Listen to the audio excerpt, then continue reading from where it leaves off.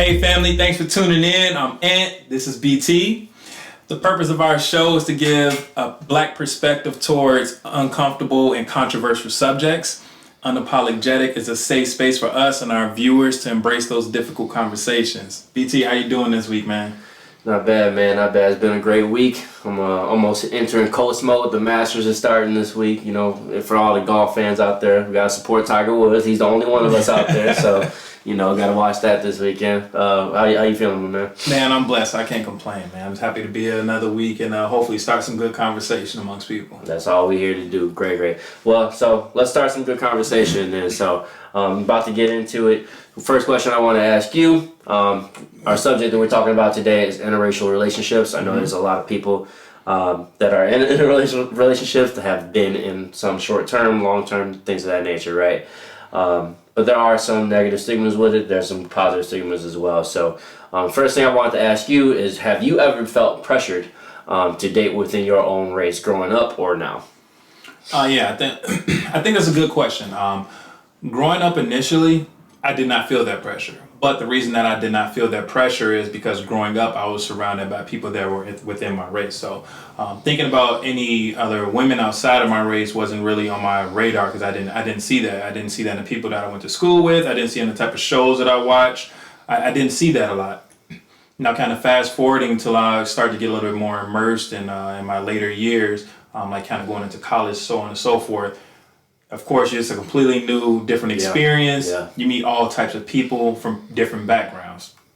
Now, once I went into that, I've never ran into, in my younger years, people that weren't within my same race. Right. I've never had a disdain toward them. I've always looked at them as equal just because that's how I was raised to be. Yeah. So, yes, I was attracted to other people that were outside of my race.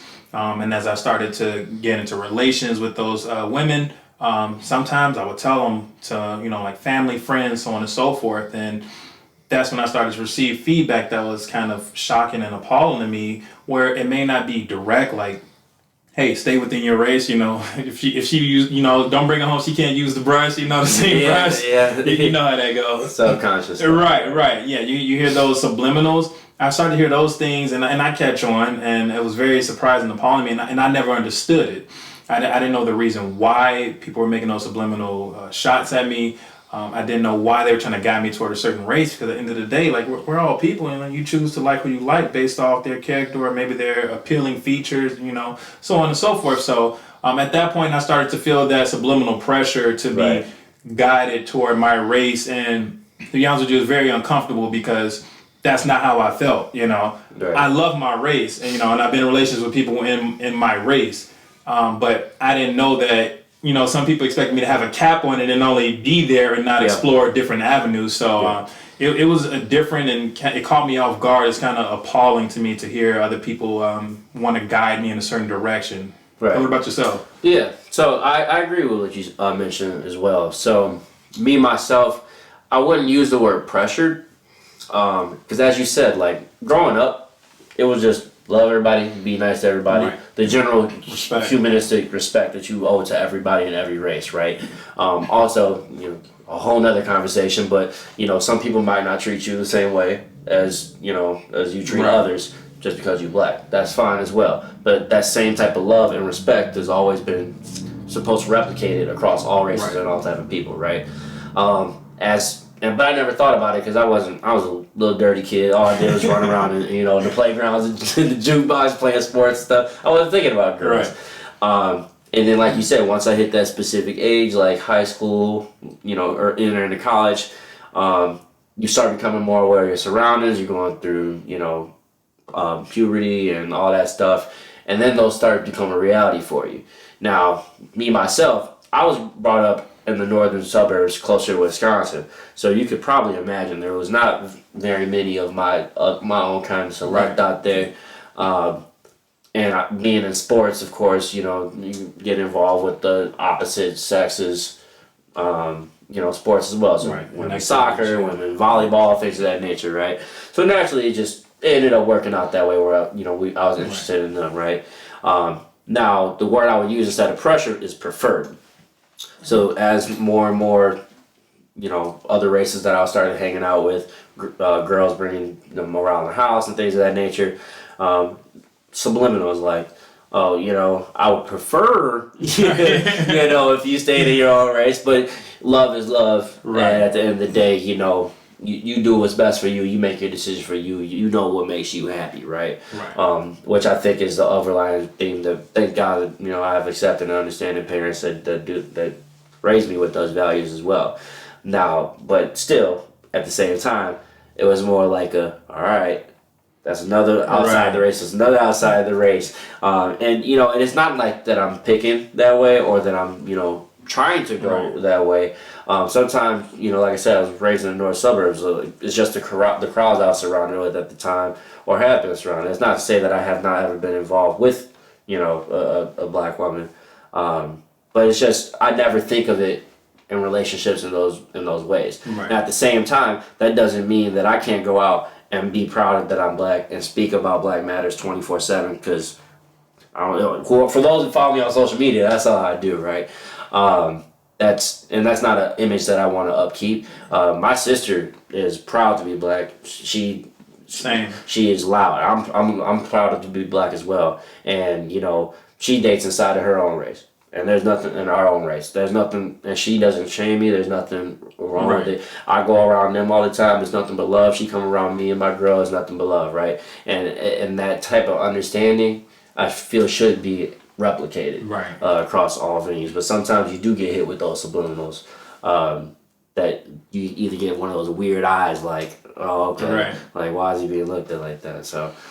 I think it's a good point, and I think part of it is a generational gap. So I think people from our generation, we're exposed to it more because we're just a lot more integrated, whether it be school, activities, sports, events you go to hang out with, social events, whereas a generation prior to us, it was a little bit more segregated. Even though segregation has ended a long time ago, it was still a little bit more subconscious segregation and the expectation to be within your own race because that's where it's safe. And that's where we have a better understanding of what we're dealing with, so on and so forth. So I think it's just a level of progression that we've had, our generation, that maybe others did not have that during their time. So I don't think there's any type of hint of like racism, anything along those lines. So that I think is just a level of understanding and seeing this progression happen because we're living through the progression whereas generations before us did not have. So I think that's something to be cognizant of just as far as the background as to why some people maybe want to push us in a certain direction. It was nothing racially intended about it.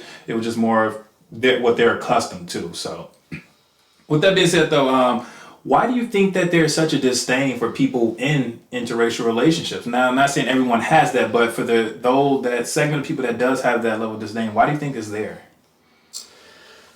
Well, I think there's a couple of things to that. I think the obvious one and the underlying theme of it is that there's just underlying racism to it, right? There are a lot of cultures out there that look down on other cultures. They're ethnocentric, right? They think that they're the best culture and no one else should be able to breed or mingle with them because they don't understand how great their culture is.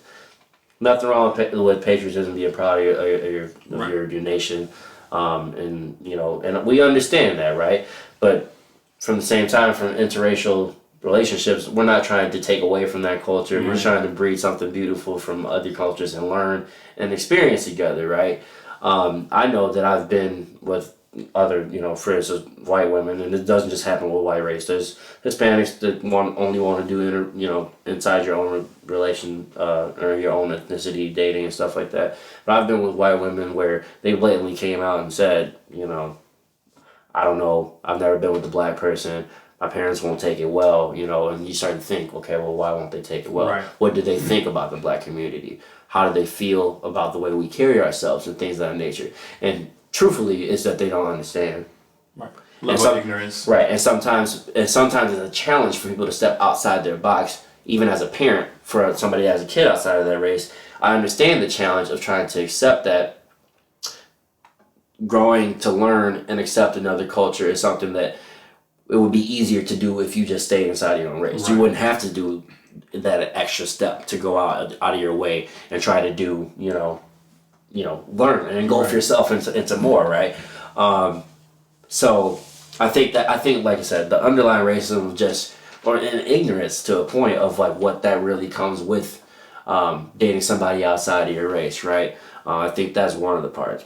I think another part of it is people's prior dating experiences, right? Yeah. So everybody has experiences in general, and not just in dating, in anything in life that can have to make them offset themselves from a specific race or a specific type of person. And you know, like you said, you can have a black guy have a black interracial with a black woman, or vice versa, that throws them off. They just did not vibe well, and they thought that having somebody from their own culture was going to make things easier, right? And then they go try to take that journey to go, pursue interracial relationships where they can learn new things and mingle and mix cultures, and at the same time you can still be proud of your culture and proud of your background, and entice yourself and be engaged in something else. And that's coming from black, white, Hispanic, everything, right? But I do think that there are people that have built those experiences, and just, we went to college together. There's people that have dated, black men from our college area, and not to necessarily say that black men are bad, but they had bad experiences with black men, but that's not necessarily a black man thing. That's a college 21-year-old man thing, that they're not ready for relationships. They're not ready to treat somebody with respect, and they're just looking to go out party and do all that things, right? But if you had that short stint where those are the only type of dudes you were talking to in college, you're going to have that negative connotation to it. Now, do I think it's right or fair or reasonable? No. But at the same time, who's reasonable at 20? Who's reasonable at 21? Mm-hmm. There's experiences like this that happen to people that alter them for the rest of their life. And if you don't have that type of self-reflection to go back and double-check yourself and reevaluate your life and your decisions and the people that you cut off and the things that you've made, there's no way that you'd be able to re-entertain dating outside of your race. So that's just my thoughts about it. What do you think? Well, I think you hit on some great points. Another one that I want to hit on, and this is something that I've heard throughout my life. When someone dates outside their race, a woman or a male from that of the race thinks like, well, you're taking one of our good quality ones, as if like that was the last one left. Like that's true. that's not a thing. Like there's like a pool, like it's draft. It's not a threshold of good men or women in your culture. Like give your culture, your race more, give them a little more credibility, and to think that there are more out there like that. So I think there is a level of fear that you're taking from their race, and now that they don't have that opportunity at that person because they feel like that person is of the quality that they would like. And I think that's one of those things, one of those myths that exists, and I think that needs to be eradicated completely, because that's not a thing. I think for every culture, there's a great amount of quality for both men and women. Now it's a matter of finding it, or sometimes you may need to make adjustments yourself to get up to the standard that that person may be looking for. Not everyone is going to meet you at your level. Sometimes you have to meet them at their, or maybe meet in the middle. So I think that's one of them, which I think is a myth. Two, you touched on a little bit, but culture. I do think that there are cultures, whether it be including black, white, Muslim, Pakistani, like whatever the case may be. There's an expectation from those parents and their parents, sometimes your grandparents, and sometimes the grandparents are the ones that are most ingrained in that type of that mindset and that concept that, hey, you stay within your race. And that is passed down the lines through the generations, and it affects everyone's mind at that point. And now you have these people, when they become of age and they want to start engaging into long-lasting relationships, they have that fear now that they may get rejected by their family, or maybe even their peers, because your peers, whether it be your best friend, or if you have a sister, siblings, anything along those lines, they may reject you because you're not following the culture that they had and tried to instill in you at this point in your life. So I think there's fear as well, in addition to how your culture teaches you how to carry yourself. Now, that's no disrespect to any culture out there. I understand tradition, so on and so forth, and that's no disrespect to it. But I do think that plays a factor into some of the disdain that people have toward interracial couples. To the point, I know if you've had experience, but myself, being in an interracial relationship currently, now I have dated people within my race, but being in an interracial relationship currently and in the past, I've gotten nasty subliminal remarks. I've gotten those dirty, disgusting stares that are extremely uncomfortable. From both sides. Yes, from both sides. That's a great point. From both sides, both from my race and outside of my race. And it to me is it's really immature. And we're at a point like it's 2020. Like this, Yeah. if this isn't a year of progression, I don't know what is. Right. It's time to elevate ourselves in our mindset of thinking and understand that at the end of the day, I can speak for myself, and I think I can even speak for you in this regard. Because we're dating someone that may not be in their race at the time or maybe in the past, that does not mean we're dating them because of their race, the pigmentation in their skin. Yeah. For me personally, it's because of the content of their character. And now, yes, there's some visual appeal as well, obviously. Right. But it's the content of their character, you know? Right. So it's not just, hey, I'm just going to stick to this race or anything along those lines. Understand that it's not because of a race thing. It's because of the person. And I think we need to see that, and generations above us need to see that. Yeah. So we can all come together as a collective and better understand each other and just get along, quite frankly. Yeah. You know, at the end of the day, this shouldn't matter, you know. It's the person. Are you a good person? Do I feel like you're a good fit for myself? Are you appealing to the eye? You know, do you look good? You fine? Like that should be the end all be all. Do you align with my values, morals, etc.? Right, big time. And like you said, like it touch base with me too. Like you go out in public and you just get some of these nasty stares. My girl, she comes from, you know, central Illinois, middle of nowhere, Illinois, and it's funny to think of because this is stuff that I've been experiencing my whole life, with or without a relationship. Just walking down the street and you get looked at. Right. So for her to start experiencing those stares, and it was like a voila, a shock. And I spoke with her and her parents about it because they've experienced it. We went out and they're looking over like, what is going on, you know, and. They're not, because not everybody can be as progressive or open-minded as them, right? But there are a lot of people out here that don't have that same mindset, so it hits them, you know, and it's an eye-opening, awakening moment to them as well. So I'm glad you touched on that. One of the things that I wanted to touch on as well, kind of going off of that, but there has been recently a theory, basically, that white women have seen interest in black men. I guess increase, so to speak, since we've hit, you know, the more progressive generations, right? But from some races, it's seen as white women being into black men is a fad or a fashion statement, or is it something that pop culture is now cultivating, right? Do you see interracial relationships to be a fad to an extent? Not for everybody, but to an extent. Right. I've heard that theory, but I personally don't subscribe to that theory. I don't believe in it. If you look back, you know, going back in history, there has been, I mean, even back to slavery times, but it became well known as we came closer to where we are today, of interracial relationships and the risks that they've gone through in order just to be in a relationship, knowing that it maybe risk their life, risk their reputation, risk their livelihood, a myriad of things. So knowing that is a part of the history that we've been through, I give that some credence. And in addition to that, going off my own personal experience of seeing other people in interracial relationships, and also myself throughout my history, I've seen more genuine relationships than more of, to your point, maybe like a college relationship where maybe someone wants to just try to venture out to try something different, you know, to trend or fad, to your point, because someone may seem cool or appealing. So I've seen more genuine love, or at least an attempt at genuine love, than I have an actual fad. And I think that I have to give some credence to those who have paved the way and made those sacrifices to have that genuine love in an interracial relationship so that we can get to where we're at today, because this was not always accepted. There was a time where you would not only be mistreated, but you can be physically hurt, put in jail, so on and so forth, for being in an interracial relationship. So I have to give respect to all those people that paved that way for us, and take that consideration, plus my personal experience, to where I say that I do believe that there's more genuine love out there than the actual fad of people just hooking up just for the name of it, to say that I did it or I had this experience, or it's just cool at the moment. Right. And I agree with you. Excuse me. I agree with you, and I do think that we do need to give the credit to the people that paved the way, right? Because at the end of the day, love is love, right? But I do think that theory does have base to it.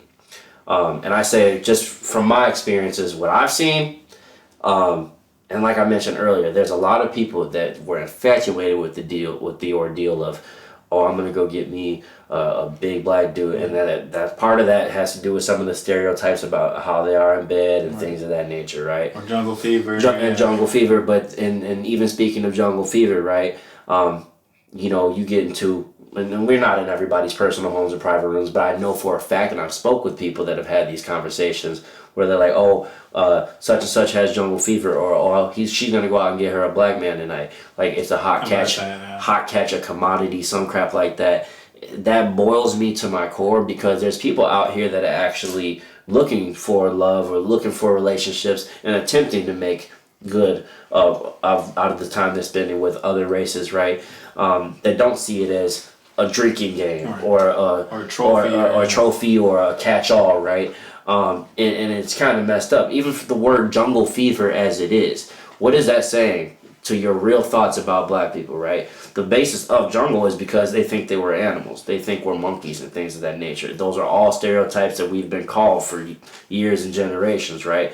So I think it's a level of ignorance to that, but they also are socially aware that their parents might not want that at home. Yeah. So you go out to college, or you're in those young, mid-20 ages, you live by yourself, you can go out to the club, bar, do whatever you want, flirt with the black guy, say he has a big hoo-ha or whatever you want to talk about, and then go home with it, and then you can kick him out in the morning, and you have no repercussions of it. Now, that person could also be equally as invested in you and thinking that you're trying to pursue that based off the vibes you're given, but then you don't pursue any further because you know of what's to come if you try to embrace that journey any further, right? And I it's kind of, it poo-poos on the people like us that are trying to actually engage in a relationship and not just go out there and sleep with people for trophies, build stats, get our numbers up like this is the, fantasy football or something like that. To that point, though, I want to play devil's advocate for a quick second. I personally don't condemn certain race, and I'm not going to put one race, but in general, any particular race for wanting to have an initial or maybe brief experience with another race because they just want that experience. And now, to the point where you're talking about making it a trophy or making a joke about it, of course, that's not appropriate, but you're wanting to experience and try something different and try a different person because they come with a different cultural background. For some people, that's very intriguing, or how they're built. We're built differently in different races. Overarchingly, we're built different. Like they may want to see that, they may want to be up close. They may never have had that experience. So I personally don't condemn people for wanting to just try that experience. Now, to your point, though, I just want to make it clear, as long as they're not making a joke or mockery out of the race in that regard. Right, and the biggest thing that you're speaking about is intent. You could have the intent to come out of that engagement with another race in a relationship, right? Not just, I'm gonna go out, hook up with this person, and wake up and come, go back to my search for the great, white man, the great Hispanic man, and whatever race outside of that, right? So, 100% agree with you on the devil's advocate point, though. So, that basically wraps up, what we had to speak on for interracial relationships. I know we both have our own experiences. We run for a long time. We can talk about that for hours, but just a little taste of what we want to, give you guys and from our experience and what we've seen other people speak to us about, right? So, want to announce our new small business of the month. It is called I Desire. Eyelashes, sunglasses, things of that nature, eyewear, right? Actually is Mr. Ant's sister, her personal business. So, we're nothing but showing love for her and trying to motivate people to go out and check out her information. We will be putting it in the description of our YouTube link so that you guys can go check her out. I know she's got a lot more stuff that she can offer in store to us. Most definitely. I'm very proud of you. I Desire has an awesome website, awesome layout. And we're all about uplifting and supporting our community. So that's what we're doing with our new small business of the month. But now we're going to transition into our new challenge for the week. So for this one, revolve around this topic. For those who are single and we want you to try to remove those blinders that you have for your future attempts at a relationship. There are plenty of wonderful people outside of your own race that may be a good fit for you. Now, I'm not saying that you should only look for your specific, only outside of your race, but I'm just saying be be open if your culture allows. If it's no disrespect to your culture or your background, religion, anything along those lines, be open to it. You may be surprised who may be a good fit for you out there. Yeah. But other than that, thank you all for tuning in. As a reminder, we'll be airing again next week. Please like, comment, subscribe as always. We love to hear your thoughts. Spread love, not just to your own race, but to everyone, because it's very contagious. God bless. Yeah.